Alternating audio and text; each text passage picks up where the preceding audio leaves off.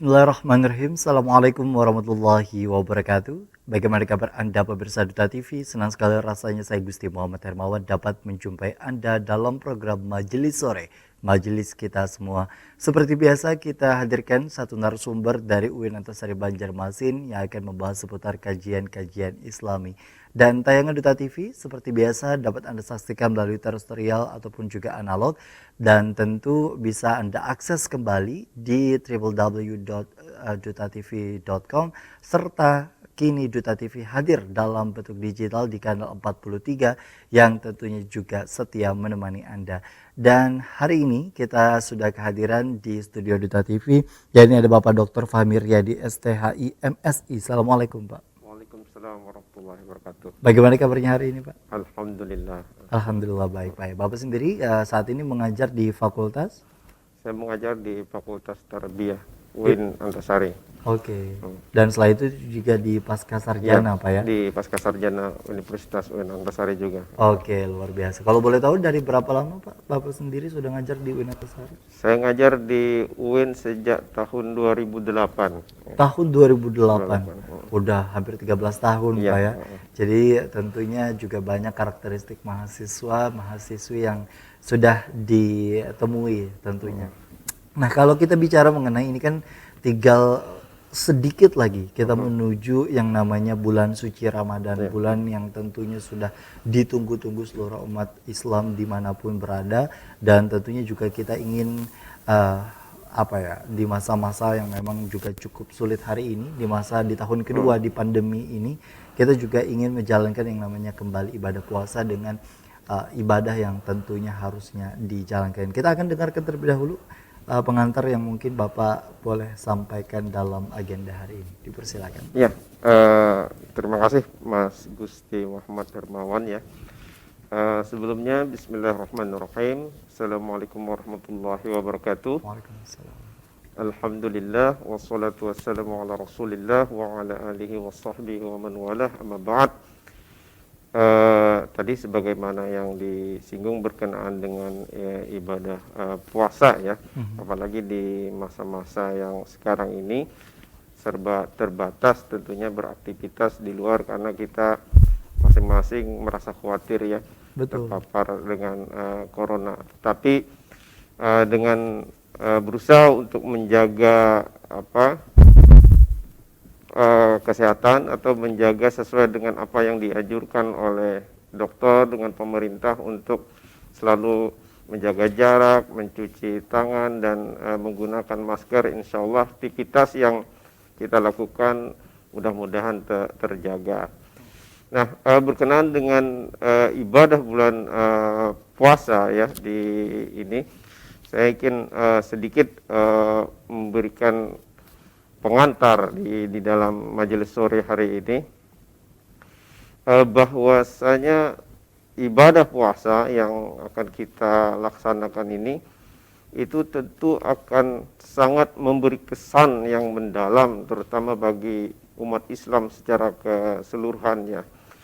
Karena misalnya di samping kondisi kita yang terpapar pandemi COVID-19 juga puasa ini sebenarnya memberikan kesan yang sangat mendalam pada kita. Coba kita bayangkan selama sebulan kita melakukan ibadah ini tentu sangat luar biasa pengalamannya. Jadi di sini kalau kita pikirkan selama sebulan itu tentu banyak kesan-kesan yang memberikan suatu pengaruh bagi jiwa keagamaan seorang anak atau juga semuanya secara keseluruhan umat Islam. Misalnya mulai dari bersahur, terus juga nanti berpuasa, bagaimana kita mengisi aktivitas puasa kita di bulan Ramadan, berbuka, itu kalau bisa secara berjamaah, terus nanti kita melaksanakan misalkan salat tarawih secara berjamaah, mendengarkan ceramah, melakukan tadarus.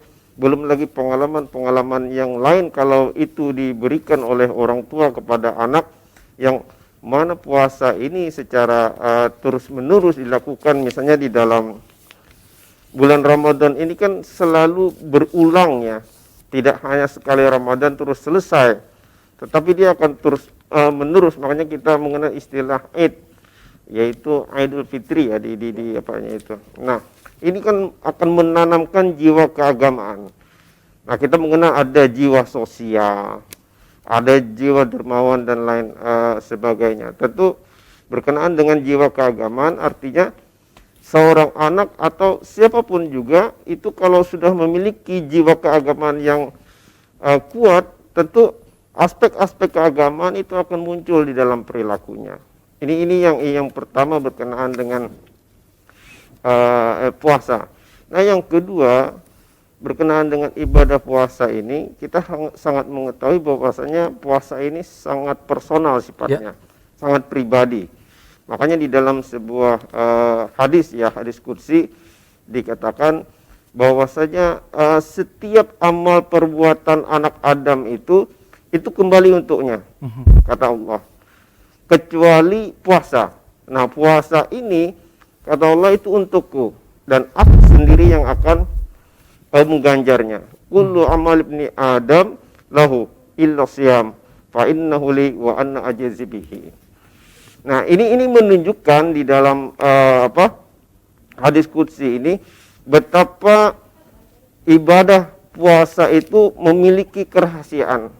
Rahasiaan di mana hanya Allah dan pribadi orang yang berpuasa itu yang tahu. Puasa ini kan sangat mudah kita menipu orang ya. Misalnya kita dengan menampilkan wajah lesu seperti orang berpuasa padahal tidak.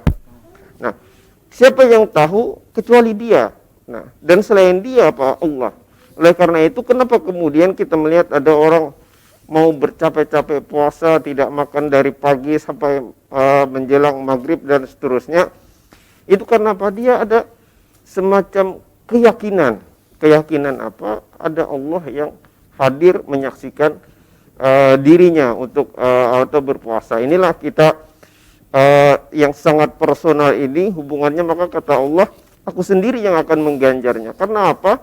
Tidak ada orang yang tahu seperti ibadah-ibadah yang lain. Kita sholat kelihatan orang, kita berhaji misalkan mengundang orang satu kampung, kita juga melaksanakan zakat, tentu ada relasi dengan orang yang diberikan atau orang yang melihat.